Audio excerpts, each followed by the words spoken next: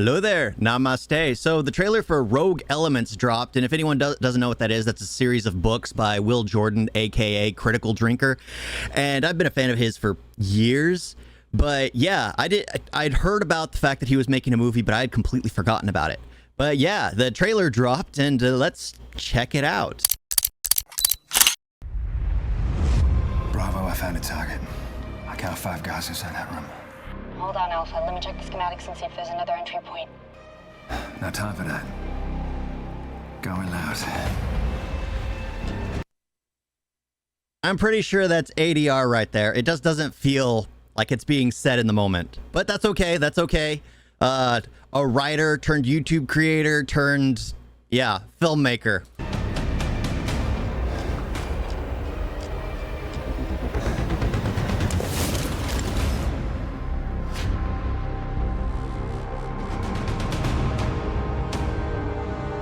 Last year, one of your CIA Shepherd teams infiltrated a maximum security prison. Their target was an operative, identified by the codename Maras. See, a simple edit that just adds so much more volume, so much more to it. You see her in her struggle, and then it transitions. Either this is a completely different female, or it just shows her in her prime. They don't need to show much, they just need to show a bit. All I want to know is the name of the man who led this mission. I guess we're in for a long night. Because I don't know shit. I don't take both those actors seriously in that moment. Einstein's team was tasked with retrieving this man, Ivan Fedorov, an agency asset investigating a new radical separatist group in Estonia. We have just under 2 hours to figure out how to get inside that warehouse, find Fedorov, and get the fuck out in one piece. Look around you, Frost. Does this look like headquarters to you? This looks and sounds like a bullshit rush job. You were foolish enough to send spies into my country. And as you can see... So what I'm gathering is the entire thing is just infiltrating a prison to get somebody out. That's what I'm gathering, maybe with a few flashbacks here and there, but you don't need a massive spectacle for everyone to enjoy it. A bit of action, a decent storyline, everyone actually having flaws and relatability. That's all you need in a good story. They have failed miserably. Ryan Drake. Ryan. Forgot.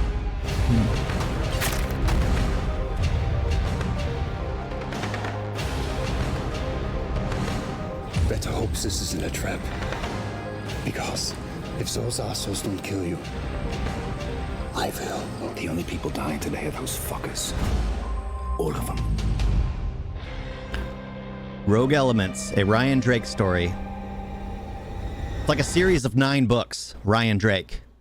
Yeah, I mean, sure, I will say that it looks a bit cheesy in some parts. The acting, of course, they're low-budget actors. Everything's low budget.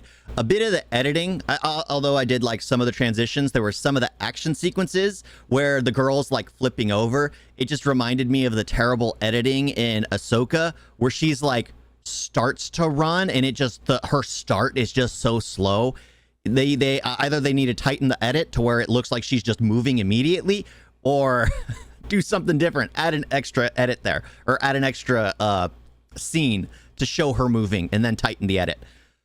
But other than that, the fact that it's a writer who does YouTube videos, who he's a writer first. I mean, he's gotten 9 books. For me, I'm a full-time employee first in the workforce, then I'm a YouTube creator, then I'm a writer after that. I mean, I just finished writing a poem right now, so yeah, I'm excited for it. I'm excited to see what people are starting to do the indie group, the indie route. That is where the future is, not the Hollywood. Hollywood is not the future. Hollywood is ending itself by committing to big corporations. Creativity has gone out the window. They've been chasing this fictional audience that doesn't exist or is like 0.02% of the population. And Most of them don't have the money to go see the movies in the first place, or even watch movies, or like that kind of stuff to begin with. But yeah, it's exciting seeing this kind of stuff happen because it makes me want to work harder on what I'm doing. Make enough money to focus on and take enough time to the side to work on my writing, to work on my channel, to work on everything else. Because right now I have 4 channels that I'm managing. They're all hobbies at this point, but it doesn't change the fact that I enjoy doing them. I feel like I'm doing something I'm meant to be doing. Just like when I write, I enjoy doing it. I feel like I'm doing something I'm meant to be doing. Other than working forever and just being like, I know I'm here just because it what needs to be done. There's no shame in having to work full time. There's no shame in having to do overtime. There's no shame in flipping burgers. There's no shame in managing a team. There's no shame in any of that because it's what makes the world go round. This right here is just entertainment, and it's nice to see people who have gone far, and it's inspiration and motivational. You don't attack those people for doing it, for succeeding what you've been trying to do for years. You see it as motivation. You see it as wanting to push past and do more.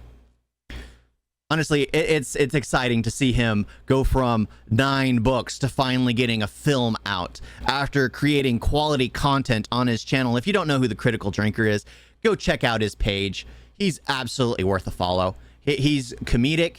The way he tells story, the way he sees film is absolutely great. Thank you all for watching. Check out the Critical Drinker. Support indie products or anything outside of Hollywood. Support all of that. Thank you all for watching. Talk to you next time. Toodles.